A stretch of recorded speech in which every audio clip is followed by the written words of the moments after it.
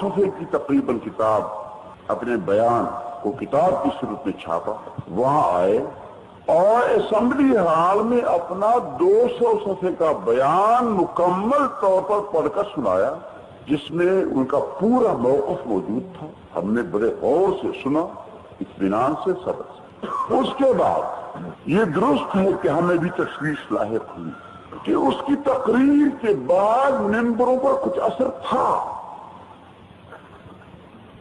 اور میں نے پہلے بھی آپ کو سنایا تھا کہ جب وہ آئے تھے تو داڑھی سفید لمبی، جا کر دیکھ لو، سفید پگڑی، پگڑ اور قمیص سلوار۔ اس صورت میں جب وہ اسمبلی کے اندر پہلی مرتبہ داخل ہوئے اور ممبروں نے دیکھا،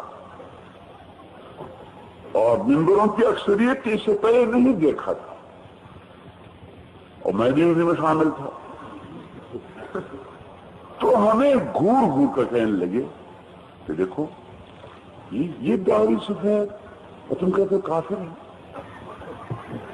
حد ہو گئی،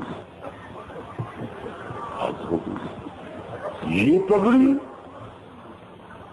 اور تم کہا یہ شکل کافر کی ہے۔ مولوی صاحبان تم بھی عجیب باتیں کرتے، یہ کافر کی شکل ہو سکتی ہے؟ یہ ذہن تھا۔ اگر آپ بھائی، ایمان کا تعلق، اسلام کا تعلق شکل داڑھی سے نہیں ہے، عقیدے سے۔ غرض یہ، جب وہ اپنے بیان میں جناب نبی کریم علیہ الصلوۃ والسلام کا اس میں گرامی ذکر کرتے تھے تو درود بھی ساتھ پڑھتے تھے۔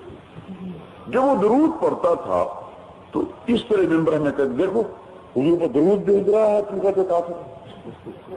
کبھی کبھی وہ قرآن کریم کی آیتیں بھی اس بیان میں پڑھتا تھا تو ممبر کہتے کہ دیکھو قرآن کی آیتیں پڑھ رہا ہے، تم کہتے ہو کہ یہ کافر۔ تو ذہن اس طرح بنا۔